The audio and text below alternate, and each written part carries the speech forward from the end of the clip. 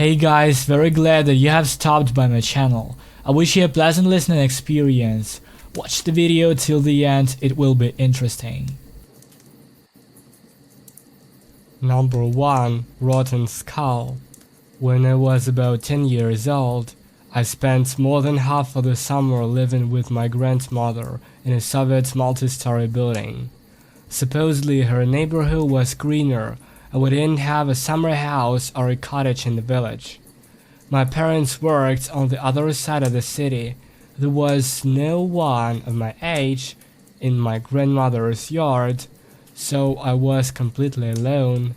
Sitting in the apartment was not an option, as the only entitlement was a TV, which was already occupied by my grandmother. And she herself used to kick me out of the street. There is no point in sitting in a stuffy apartment, she'd say. Go out and breathe some fresh air, gain some strength. But I was not allowed to leave the yard, so she wouldn't lose me. So there I was, living in such a boring environment, trying to find adventure somewhere despite my grandmother's reproaches. One day, both elevators in our building broke down, both the passenger and the freight ones. The only option left was the staircase. Grandma could not go down it, so I also had to go shopping for groceries. Now, to the entrenched boredom was added fatigue. Climbing up to the 13th floor with bags was frankly not a fun activity, especially for a 10-year-old boy. But at least I could leave the yard to go to the store. After all, a new environment, which turned out to be more interesting than the yard.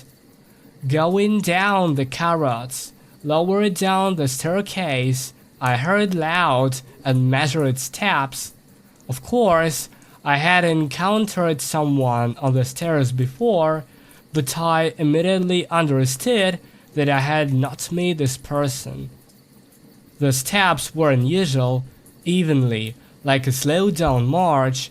They heavily hit the steps and slowly lifted, slightly rustling on the floor. All this was accompanied by heavy breathing, sounding so sharp and hoarse, as if from someone suffocating from asthma, and, nevertheless, just as evenly as the steps, sounding again and again. My first thought was of a zombie. Then I thought of some disabled person, but instantly became interested, running down to at least catch a glimpse of the mysterious stranger, quickly descending. I made quite a noise, but the mysterious steps did not disappear. It was the third floor when I saw the walker on the first floor through the gap between the staircases.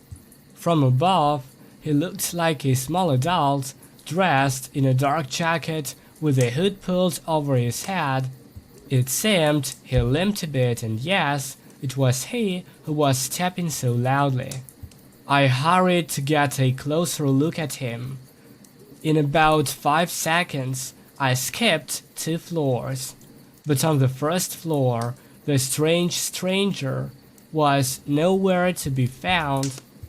I searched both in the entrance and in the yard, nothing, as if the trail went cold.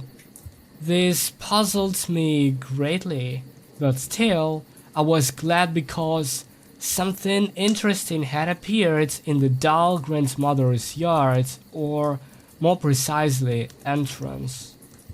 In these following days, I searched the entire staircase, went to every floor, and waited until late evening for those same loud steps, but in vain.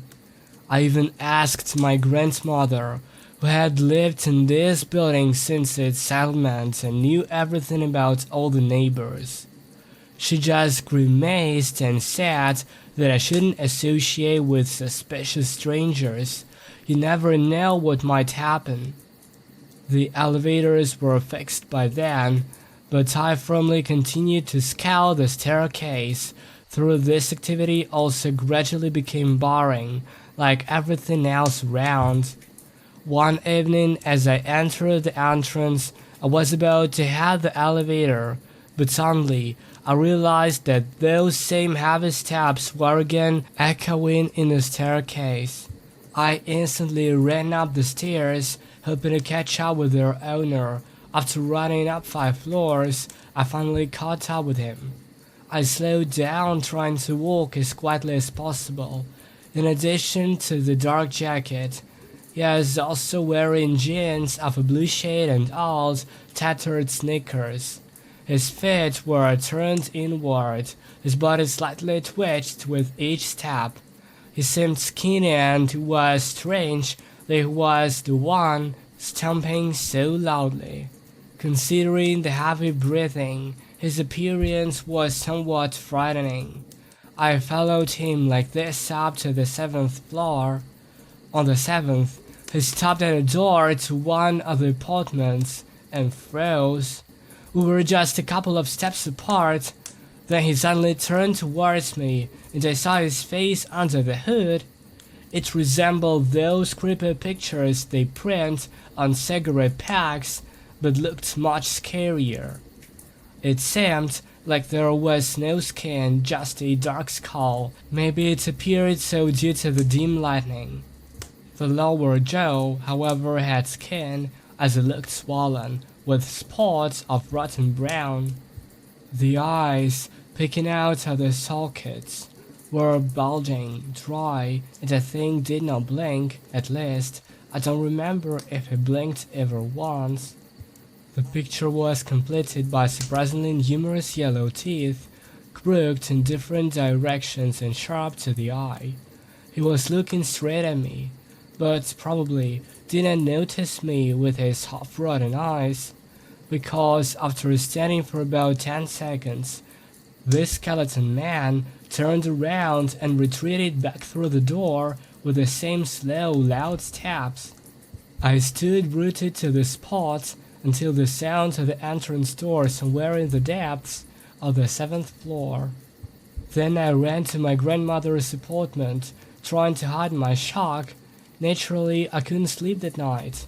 My memory kept reconstructing that disgusting face, those horrible teeth and tumors, those dead eyes. And of course, I begged my grandmother the next morning to tell me about the residents of the 7th floor. To my inquiries, my grandmother suddenly suggested that it would be better for me to live here. Tomorrow she would ask my parents to pick me up. Because all sorts of bad people had settled in my grandmother's yard, and it would be better for me to be with my parents. However, when my grandmother got distracted by a phone call, I quickly slipped out of the apartment and ran to the 7th floor. I decided to take a closer look at it for the last time. I had already explored it before while looking for the neighbor, but there was nothing remarkable about it. Just a floor like all the others, except that door had been installed in front of the corridor leading to the apartments. But such a thing was also seen on other floors. Then I decided to sneak inside. I first thought to pick the lock with a pin, like in the movies, but as I was fiddling with it, it began to open by itself.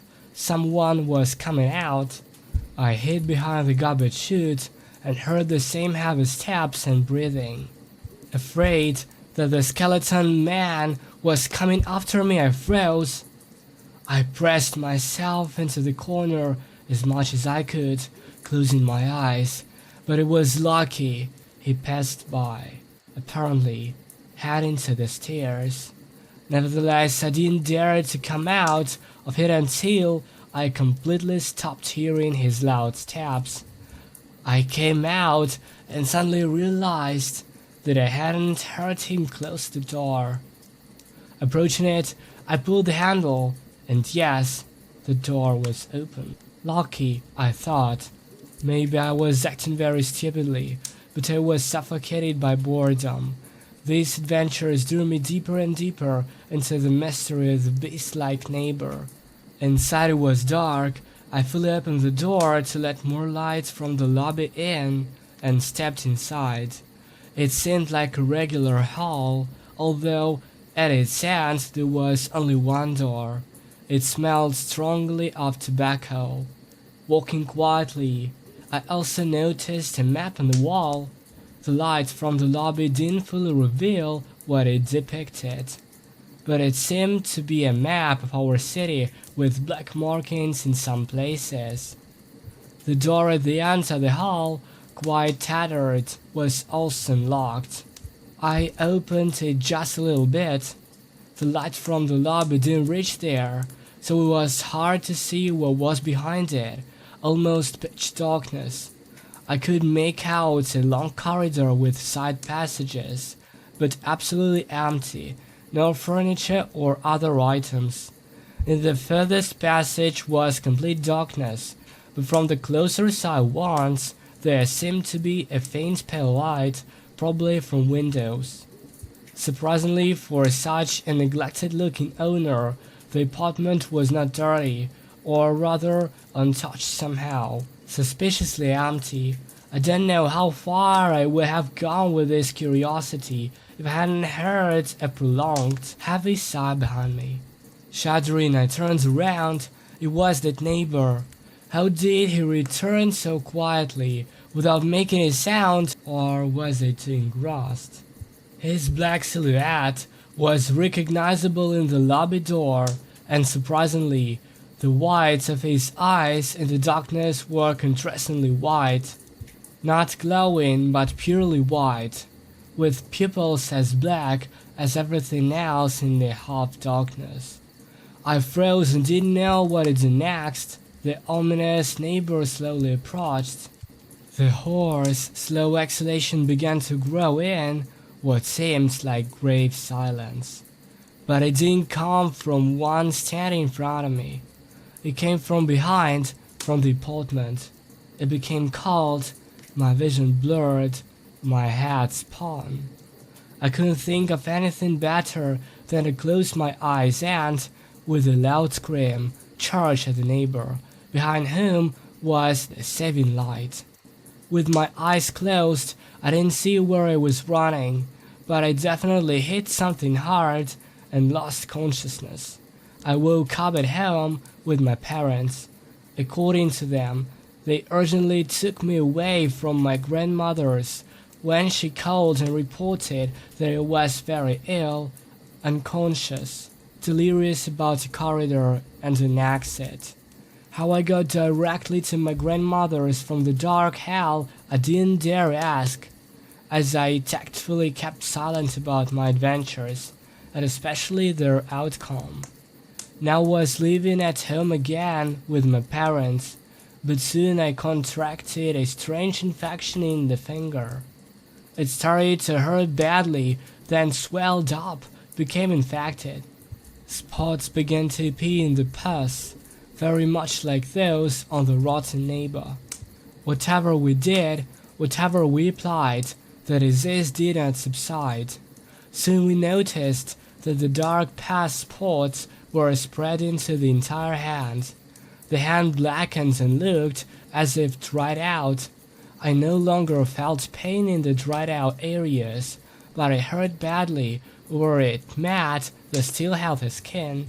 Doctors couldn't do anything. The infection spread, and in the end, we decided to resort to the extreme measure, amputation.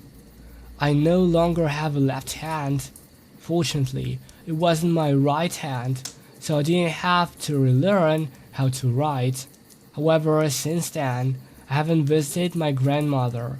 There was no question of taking me there anymore.